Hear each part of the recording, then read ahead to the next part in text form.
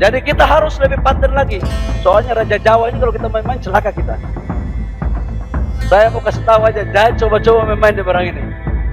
Ini, waduh, ngeri-ngeri sedap barang ini, saya kasih tahu. Ada yang melawan saya.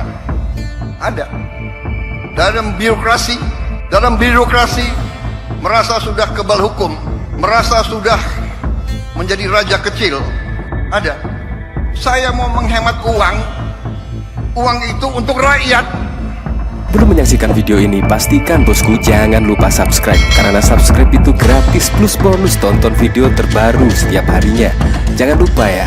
Nah, ini menurut saya sangat mengejutkan sekali ya. Tiba-tiba Pak Prabowo menyinggung raja kecil. Nah, raja kecil, siapa raja kecil yang dimaksud Pak Prabowo ini? Yang mulai melawan setidaknya kebijakan birokrasi dari Pak Prabowo ini. Dan bahkan Pak Prabowo menyebut kebal hukum dan lain sebagainya. Siapa kira-kira raja kecil yang bahkan mulai melawan birokrasi di dalam dan bahkan juga merasa sudah kebal hukum? Pasti Anda penasaran ya dengan raja kecil ini. Nah, ngomong-ngomong terkait dengan raja, saya jadi teringat apa yang dikatakan oleh Bahlil Lahadalia pada saat lalu. Bahkan juga jangan main-main dengan Raja Jawa. Kira-kira Raja Jawa yang dimaksud Bahlil itu siapa? Ya memang kalau kita lihat pada saat lalu bahkan netizen-netizen beropini Raja Jawa itu adalah Pak Jokowi dan lain sebagainya. Nah, ini juga masih menjadi perbincangan hangat terkait Bahlil Lahadalia pada saat lalu jangan main-main dengan Raja Jawa. Tiba-tiba Pak Prabowo Subianto pada saat lalu dari pidatonya bahkan mengatakan ada yang mulai melawan birokrasi, merasa kebal hukum dan menyebutnya raja kecil. Kita lihat dulu ya, video dari Bahlil Lahadalia pada saat lalu dalam pidatonya jangan main-main dengan Raja Jawa. Pemerintahan Pak Prabowo Gibran sebagai kelanjutan daripada pemerintahan Jokowi Maruf Amin.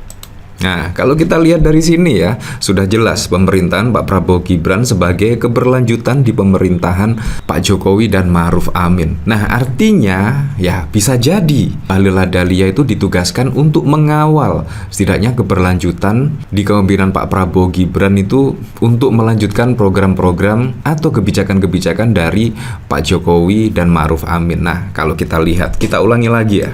Pemerintahan Pak Prabowo Gibran sebagai kelanjutan daripada pemerintahan Jokowi Maruf Amin. Nah, setidaknya Bahlil Lahadalia itu menginstruksikan lah kepada seluruh jajaran kader-kader Golkar untuk mengawal setidaknya kebijakan dari Jokowi Maruf Amin ke pemerintahan Pak Prabowo Gibran. Kurang lebih seperti itu kalau yang saya tangkap ya dari pidato Bahlil Lahadalia. Nah, yang cukup mengejutkan, nah berikut ini ada pernyataan Bahlil Lahadalia yang mengatakan jangan main-main dengan Raja Jawa. Jadi kita harus lebih paten lagi. Soalnya Raja Jawa ini kalau kita main-main celaka kita. Saya mau kasih tahu aja, jangan coba-coba main-main di barang ini. Ini, waduh, ngeri-ngeri sedap barang ini, saya kasih tahu. Nah, apakah yang dimaksud dengan Bahlil Lahadalia Raja Jawa itu kebal hukum, jangan main-main? Kalau misalkan main-main ya seperti halnya pada saat lalu tiba-tiba Airlangga Hartarto mundur. Airlangga Hartarto mundur itu juga menurut saya sangat wow sekali. Bahkan terkesan ada settingan lah. Tidak ada angin, tidak ada hujan, tiba-tiba mundur, bayangkan. Tiba-tiba diganti Bahlil Lahadalia. Apalagi kalau kita lihat pada saat lalu ya, ketika Bahlil Lahadalia bersalaman dengan Gibran, bahkan juga sempat mau mencium tangan alias menunduk.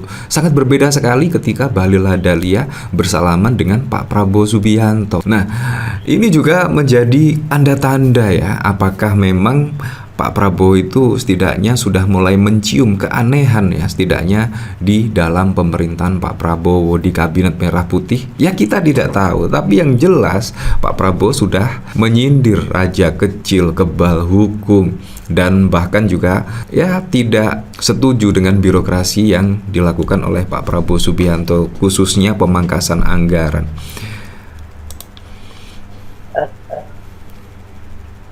Udah, waduh ini. Dan sudah banyak kok, sudah lihat kan barang ini kan? Ya tidak perlu saya ungkapkan lah, tidak perlu. Nah, Apakah itu ya Raja Jawa yang dimaksud ya, seperti gambar pada saat lalu ada Raja Jawa, ada yang marah juga padahal juga tidak ada namanya di situ, tidak disebutkan namanya.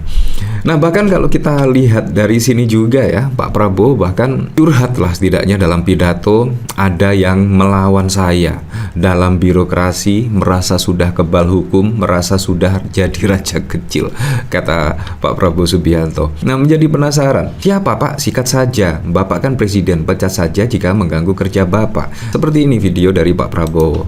Ada yang melawan saya, ada. Dalam birokrasi merasa sudah kebal hukum, merasa sudah menjadi raja kecil, ada. Saya mau menghemat uang itu untuk rakyat, untuk memberi makan untuk anak-anak rakyat. Saya ingin memperbaiki semua sekolah Indonesia. Kita punya 330.000 sekolah. Wow, seperti itulah. Bagaimana menurut Anda? Apakah ini ada korelasinya terkait pernyataan Bahlil Lahadalia dan saat ini ditanggapi oleh Pak Prabowo Subianto? Nah, dari sini saya juga penasaran sih, kira-kira komentar-komentarnya seperti apa ya? Dari residivis, ini presiden panglima tertinggi bukannya langsung libas, malah orasi omon-omon doang. Ini kayak Soeharto, bertameng mengancam Pancasila, yang digebuk barisan oposisi. Nggak bisa bedain oposisi dan pemberontak. Dari Ruby, cukup sudah di ilmu pidatonya, tinggal jalankan dengan ilmu tindakan dan pelaksanaan. Nah, menurut saya apa yang dikatakan Adian pada saat lalu memang ada benarnya sekali ya. Dan bahkan masyarakat sudah tahu menteri mana yang berbuat gaduh. Bahkan Adian Apitupulu mengatakan tinggal tindakan Pak Prabowo Subianto saja ya, karena itu adalah hak prerogatif dari Pak Prabowo Subianto. Kalau misalkan akan mereshuffle ya, itu hak prerogatif dari Pak Prabowo Subianto. Tapi kalau hanya mau ngomong seperti ini, saya jadi teringat Pak SBY. Pak SBY pada saat lalu juga sering curhat loh, sering curhat, ada ancaman, ada yang tidak sependapat dan lain sebagainya. Menurut saya itu hal yang lumrah. Kalau misalkan ada menteri yang tidak sejalan sesuai dengan apa arahan dari Pak Prabowo, seharusnya langsung direshuffle lah. Tidak usah menunggu lama. Harusnya tegas direshuffle sehingga apa?